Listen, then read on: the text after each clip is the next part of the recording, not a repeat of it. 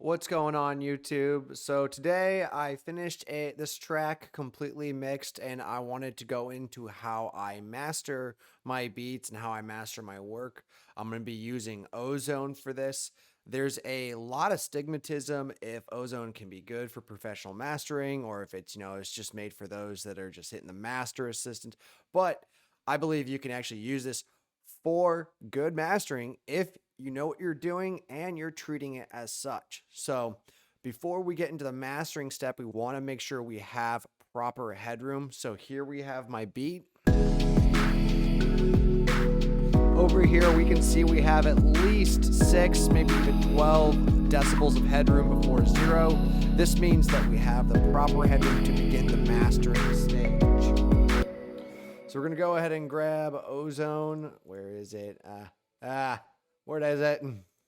Now, what I like to do to begin the Ozone mastering sequence is sometimes I'll start from scratch. Sometimes I will do the master assistant. If you are new to mastering, I would recommend using the mastering assistant just to get the base level started. So we're going to go ahead and click that. I have gone ahead and picked the loudest point of my beat, which you want to be at before you do this. And then we're going to go ahead and hit play. Here it's going to analyze the audio, spit out some suggested ideas, and this is purely the starting ground. We're going to do more to this, check all of it, and make adjustments after it's all said and done. So we're going to do a before and after comparison of the master assistant. So this is before anything was done, and then this is after.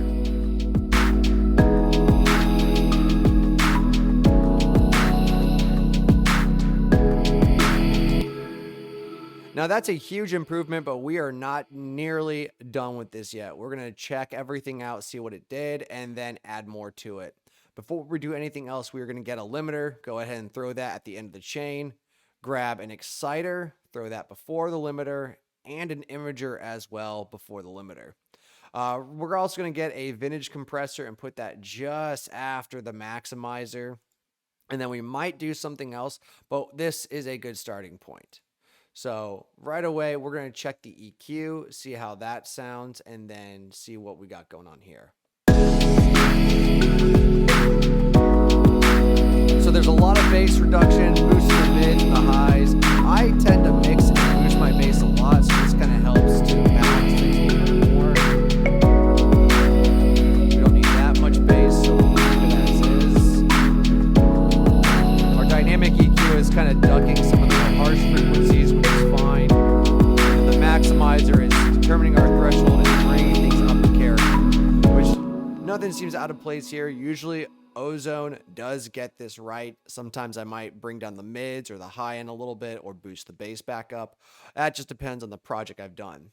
So next, we're going to go ahead and turn on these tools here, the imager, the exciter, and the compressor.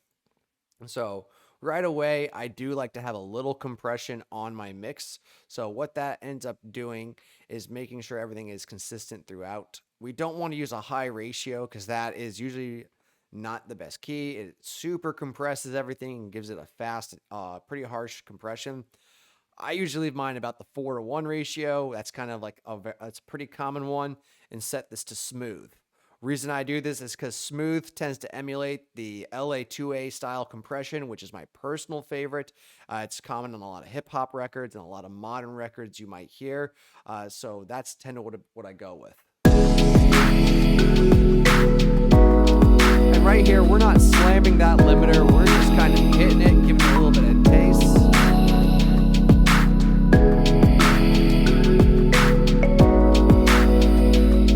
So there's a good before and after for you guys to kind of take a listen. It's not really doing too much, but it's just enough to help things be a little consistent.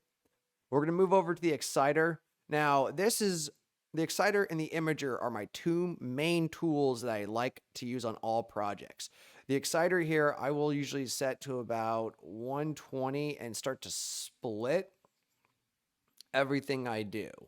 And then we'll kind of get around the 1.5, and then we'll get split it again at about 8.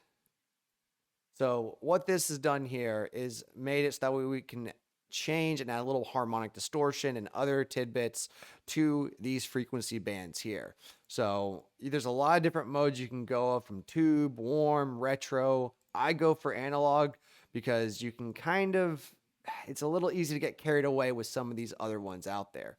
You can hear these in solo too. So here we're going to listen to purely bass. And you can hear right away what that does for the mix.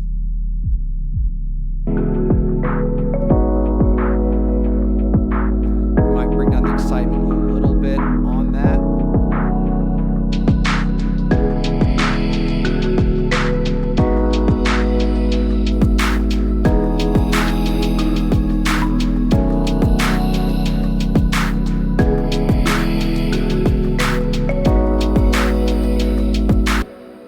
Now, I'm not usually listening for anything in particular when I go about this.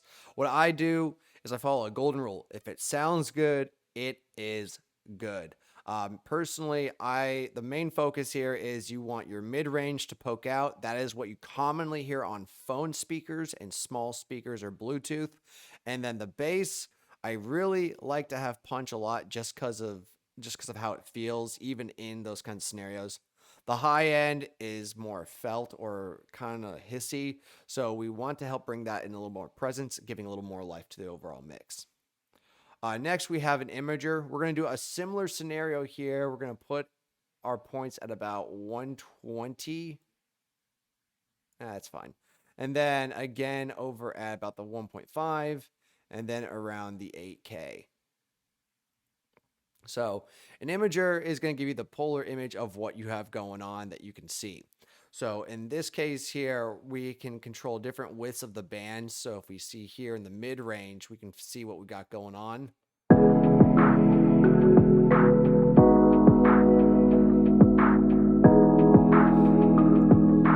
So this will allow you to either widen or stereoize your different bands and mixes.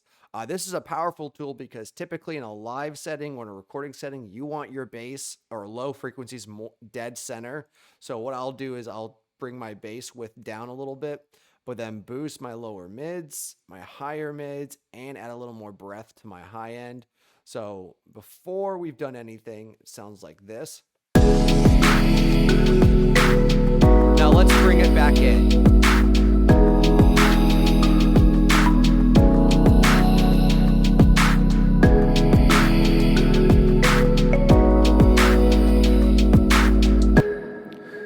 So right away you can see that it gives a little bit more sonic character, a little more width to your mix, and helps just bring the mix to the full front of everything. So one powerful tool that you have on this is that you can physically see all of what you're doing and how wide your mix is in these polar patterns and these other characters here. So right away.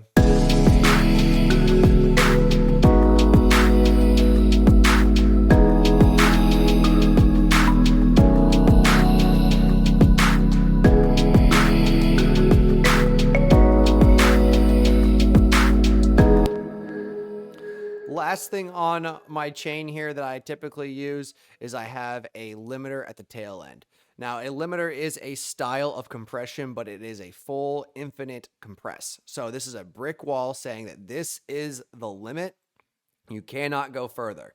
Typically, there's 3 styles within Ozone. There's analog, which is super warm, tube, and then modern, which is crispy. Tube is a nice middle point. I tend to like it because that's the time sound I like, but we'll compare the differences here. So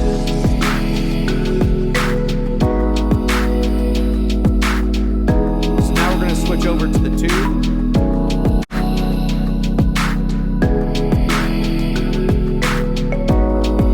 And now the modern.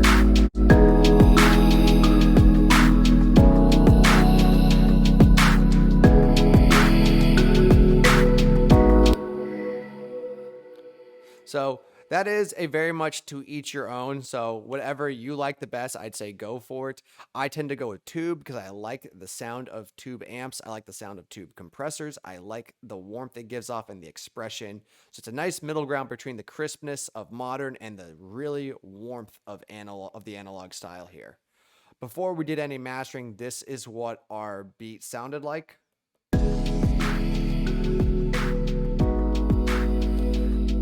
and then after mastering.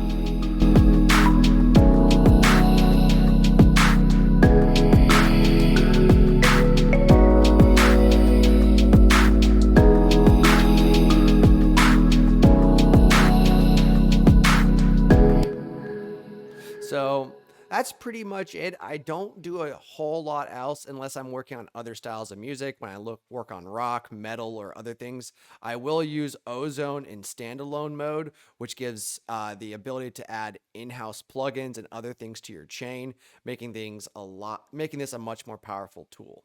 If you have any questions about how I go about mastering or what might help you out, reach out anytime on my Instagram or TikTok. Stay gold, y'all.